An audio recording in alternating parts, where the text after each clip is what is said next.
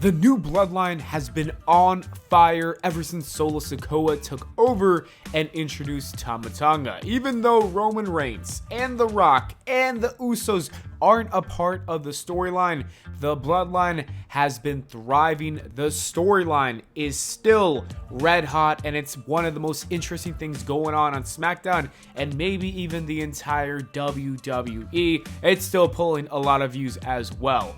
With all of that being said, there's some bad news about the group.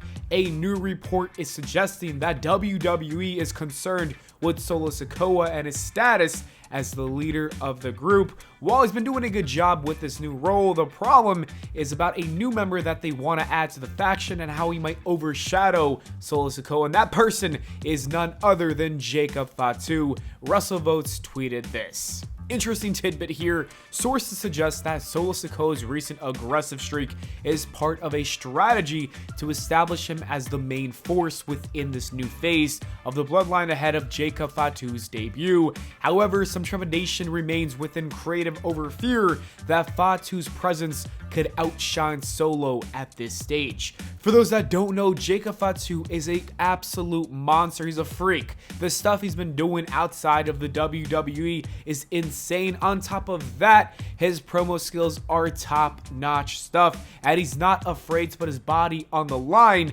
to damage and hurt his opponent. He's really good. That's what I'm trying to tell you guys. He is great. He's so good that the WWE creative team is even worried that he's going to outshine Solo Sikoa, and honestly, that's kind of sad for Solo Sikoa. And honestly, at the end of the day, I don't think they'll be able to stop the inevitable. I believe that the WWE universe will gravitate to who's the best. You can't stop that kind of energy. The only way to combat that is to make Jacob Fatu maybe dial it down a bit. But do you really want that? I don't think it's fair for him to, not be himself and actually try to be the best version of Jacob Fatu. I think that WWE should just accept that he might be a better leader for the bloodline if he does indeed outshine Solo Sikoa. And it's not a shot at Solo or anything about that. It's just trying to get the best out of your roster and putting them in a position to create the best storylines and enhance it. It's all about the storylines at the end of the day. You want your audience to be fully invested, and if they can't invest in this bloodline storyline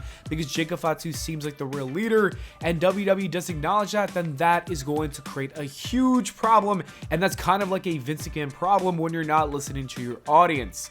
Honestly, this might not even be a bad thing. It might even be better for the WWE. It's very obvious that the company is leading towards a bloodline civil war, and most likely that is going to happen at War Games, and I wouldn't mind seeing Solo return to Roman, Jimmy, and Jay, and that side after Jacob Fatu potentially kicks him out of the new bloodline in order to become the leader.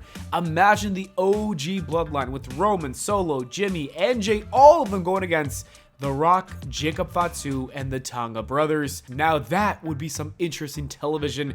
Obviously, this is all hypothetical. If Fatu outshines Solo, who knows? Maybe the two will work better than we expect. Maybe Solo and Fatu can become a strong two-man power trip. I don't know about you, but I think they could be dominant as tag team champions. At that point, you can also have the new bloodline with Jacob Fatu, Solo, and the Tonga brothers against the OG, with maybe even Sami Zayn coming back for one night only. Just imagine the return of the honorary Uso. That would go crazy. Something else that's crazy is when Randy Orton said he plans on retiring. The Viper has been in the WWE since the year of 2002, and that means he's been wrestling for a total of 22 years. And when you look at the people from his class, a lot of them are pretty much retired. You got John Cena, who said he's hanging up the boots real soon, and I think he might retire in a year or two.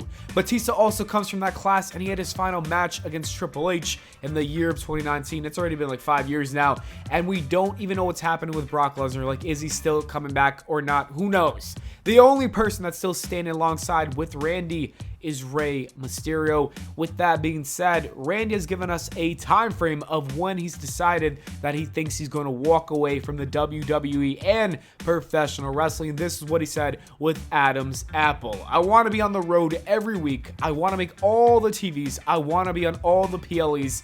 At 44, I would love to be able to go into my 50s. Maybe I even wrestle until I'm 50 and call it. That's 30 years. 30 years with the same company on top. It feels like now is the perfect environment for me to thrive. This is great news considering that just a few months ago there was some serious doubt if he would ever even come back because of his back injury. Thankfully, Randy Orton is healthy and seems to be staying with the WWE for at least the next 6 years. If he's committed for that long, I really think that he's got to win some more world championships. I know that there's plenty of other people who need the WWE title, like maybe LA Knight, Drew McIntyre, and Gunther, just to name a few. But Randy Orton has not been champion in a really long time, and when he was, the reigns did not last more than a month or two, and that's just whack. You got a legend, you got someone like Randy Orton, you got to make him have a long and legit world title reign, and that's what Triple H needs to do. I'm telling you guys, Randy Orton as the WWE champion with the rookie killer gimmick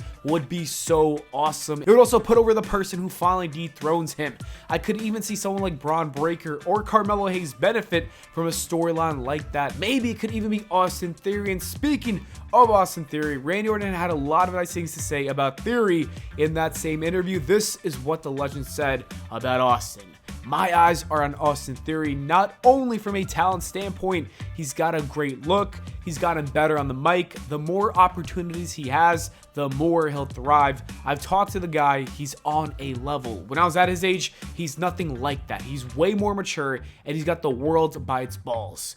Austin Theory has a lot of talent, and it's cool that Randy Orton recognizes that. It's still very strange that Triple H does not book him too well. Then again, the main event scene is so stacked at this point, it's very hard to book a lot of people. I can see it being very difficult to put him in a top spot like that with like LA Knight, Gunther, and all these other people. Sheamus now. Right now, the tag team division is really good for Austin Theory, and the duo of Theory and Grayson Waller has been a lot of fun. These two make for great tag team champions, and I kind of want to see them have a long reign. But eventually, down the line, Triple H has got to realize that he needs to push this man because Theory is great. A feud between Randy Orton would elevate his career, and a win over the Viper would do wonders for Austin Theory's career. When you beat someone as over as Randy Orton, it's a big deal. If you want to know how over Randy Orton is, just take a look at the Backlash France crowd who was literally singing his song. That was the definition of aura. In all my years of watching WWE, I've never seen something like that, and Randy Orton would agree and say the same thing because he did say the same thing in that same interview. This is what he said about the France crowd. Do you want me to be honest about the differences between international and American crowds? It's night and day. Well, let's just put it this way. Since 2009, I've had the same entrance song. No American crowd has ever sang along to my song, and they did it in France 3 nights in a row. Shit, we were in Pllana, Italy, and Vienna, Austria, and the first 2 shows of the tour, and I could hear them singing there too. France, it was mind-blowing, but just as an example. But yeah, they were very happy to be there. They were on their feet the whole time. They knew all of us, all of our characters well enough to, they knew what we wanted to expect. We gave it to them, and it just made for an amazing environment. I hope we do more PLEs over there. Yeah, I totally agree. The crowd over there was nuts. I agree with Randy. Some people thought that it was too much, but not me. I thought it was amazing. And the WWE, they got to do more shows over there. Wrestling is just infinitely better when the audience is that into the product. Legitimately, they made everyone feel like a star, and I would love to even see Raw and SmackDown, not just PLEs, but Raws and SmackDowns have international shows. Some US crowds are great, but some of them are just so bad that it sucks the fun out of the action. We need more international shows, or we need better US crowds, or maybe both. Coming back to Connecticut after France was just a big fat reality check that I did not need in my life. Anyways, that is it for the video, guys. Thank you so much for watching. I hope y'all enjoyed. If you did, please make sure to leave a like and subscribe for more, and I'll see you all in the next video.